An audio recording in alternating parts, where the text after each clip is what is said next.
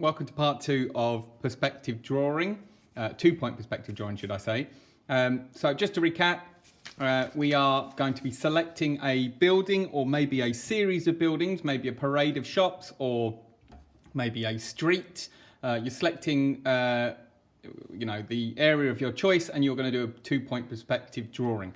Can I just give one tip? Try and do one where it's going round a corner where there's a bend. So we see this building here, obviously it goes off that side, and this surface, this front, goes off to that side. So if you can do one on a corner, that really helps you out when you're doing a 2-point perspective drawing. I've got some really nice examples in the past where people have selected like Oxford Street in London, and you've got the buildings are all different heights. The problem we've got in our school is it's quite a low to the ground school, one level mostly. You have got some areas where it's multiple stories, but I've selected this so we've got a bit of change, bit of differences in height. So this is this. I'll put this in the background, and full disclosure, as I've done before, I have drawn this out already, but I'm going to recount my steps. So I've photocopied it as it goes along. So apologies for the odd smudge. That's just to do with a photocopying issue, but effectively, I'm looking at one side first of all. I'm drawing our lines along like this. And then I'm going to look at the other side. And I would have another piece of paper stuck on because this is a photocopy.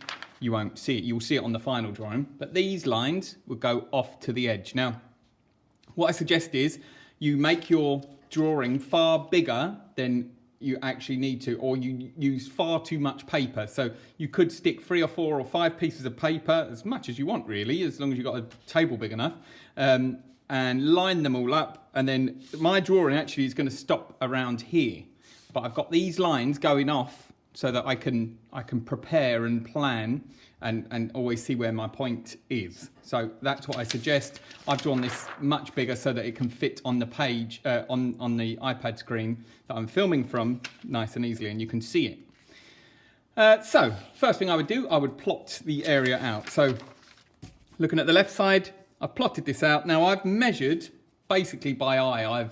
You could measure this. You could measure the whole length of this big long building, and you could say, okay, well that, and you could do some fancy equation or fancy sum to say that then if I'm scaling it up equates to this. I'm not going to get us to do that. Personally, I think you can do it by eye. I've just pretty much worked out, okay, well if that's my area, that much I've tried to estimate, and I think it's about that much, and that much there is that much there. Okay, it's obviously a little bit bigger. So the thing that it will be the potential downfall when doing a drawing like this is if you haven't planned properly and you just start drawing windows and you just draw one in here, another one here, and as you go along, when you get to here, you might find, hang on, these windows on the real building come to here, but I've drawn them and perhaps they're over here or perhaps they're over here. So I want us to kind of plan as we go along. So you could plot them out. So I've drawn the first couple, okay, this one and this one. I've drawn them, but then you would think, okay, well, how much space have I got left? So this one would probably go round about here.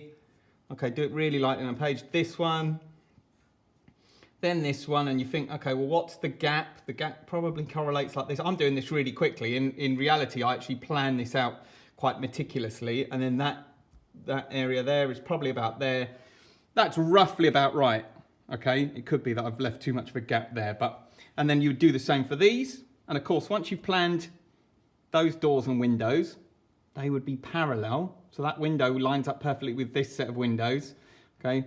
These 3 here line up with this one, and this door.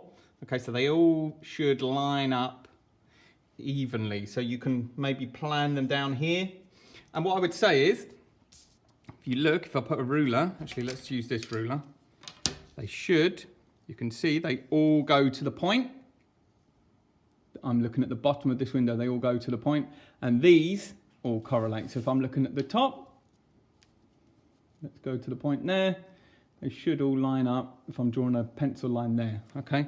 So that's what I've done. So I've drawn that line in there. Now I'm using a meter ruler because I've got a big piece of paper, okay? And in fact, I needed it because this ruler wasn't long enough to get to some of my some of the drawing. So the trouble is I can't see through it. So it is a bit frustrating. So what I tend to do is I plot a line out, take it away, and then take over with a clear ruler. So if you're finding, you know, something similar, that could be a potential solution, okay?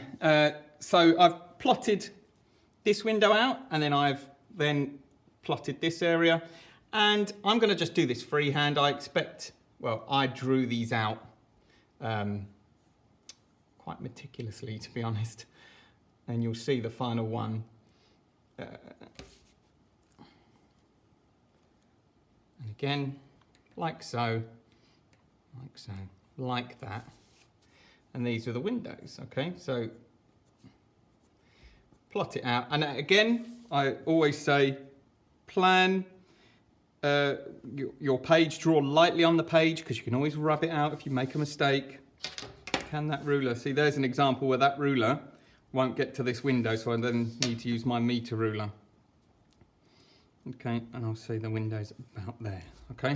So, just to save a bit of time, I've drawn that out already. So you can see where I've planned it out, and then I've also put in other elements. And remember, this line, that would correlate.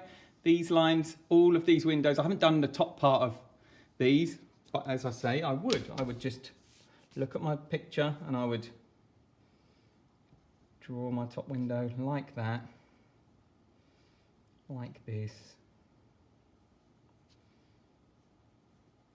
Okay, and then at the top there, I'll just draw a line at it, somewhere along there, and that'll be the rough area of the window. I've probably maybe done those a bit too short, but I'm just giving an example. That actually would probably be there. All right, something like that. All right, so they should all line up. Now, I've only looked at the left-hand side of the building. Obviously, I'm going to do the same on the right-hand side. Now, I've also drawn these two school minibuses in as well. But you don't have to do that. If you really, again, you want to stretch and challenge yourself, please do. But if I move this out of the way, let's try and line this up. Roughly about, let's say about there. You can see these lines line up, but also, even the minibus lines would line up. So this line would go off the bottom of the minibus. That you would expect, if I draw that, you'd expect that to carry on onto the vanishing point. Probably got too many pieces of paper here, but what else? That area there, the top of the minibus, that would go to your vanishing point as well. So that's how I've drawn this out. I've drawn where these have lined up. These lines on the minibus, they would all line up. And in fact, this side, this is where it starts to get a bit complicated. This line and this line, might not be able to fit this on the page, but that would line up, if I draw a line, that would line up to my point here. See if I can fit that in. I might just be able to fit it in. So see where that point is? I'm just going off. Put the ruler down. We can see there, that lines up, okay? Any surfaces here would line up with this point over here. So any lines going in that direction come from this origin. All right, so that's that. Now, I've then really spent time and added a lot of detail. Okay, I'm gonna show you this, but again, like I say in my other videos, I've spent an awful long time because I genuinely enjoy sketching like this. So I've gone to the trouble of drawing out all of the elements. So because it's our school, I've written our school name, and I've tried to take a lot of the detail from the vehicle. I've got the number plates, I've got the writing underneath, I've got the individual windows, I've got the air conditioning units, and you know, even things like the tree and this other part of the building at the background there. And likewise on this side, I've even drawn the school cat. Thought I'd put that in because we often see the school cat around this area. I've tried to include the cars. I've tried to include all of the windows and made, even if there's like the shine on the windows where there's the cars that are parked up here, the reflection, I don't know if you can see that. Can I show you that? But you can see the cars lining up in the reflection of the windows. There we go, just focusing. See that like that? So I've tried to do that, replicate that. I'm gonna have to focus again. Hang on a minute. So So I've tried to add that and any sort of light source and shine, okay? I've tried to do the gates in the background like that, okay? So if you have a printer, it might be good to take a photo. You can take a photo on your phone, print it out. If you've got a function on your phone where you can do panoramic photos, that's quite good because it strings together multiple pictures. Or I've set mine to be, I think it was 16 by 10 in the options. So it did an ultra wide photo, and that meant that I could, get these in. As I say, I had to guess, not guess, but work out where this point was. So you won't be able, don't expect to get the vanishing point in the photo, but you can kind of have an idea of where it will go when you line it up afterwards. If you want to do a photo and then draw the lines over the top first of all to help yourself, you absolutely can. It helped me, and I always keep the original as a reference, okay? So that's it finished. Now, as I've said, just to hammer the point home, this piece of paper, I kept another piece of paper stuck. I just taped it to the back. Okay, so I've got all of those lines and there's my point there. I'm going to cut this off because I no longer need it.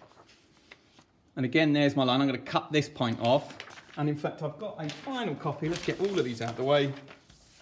And there's a final copy, which more or less fits in the screen that I've photocopied there. So, as I say, all of those lines coming from that area.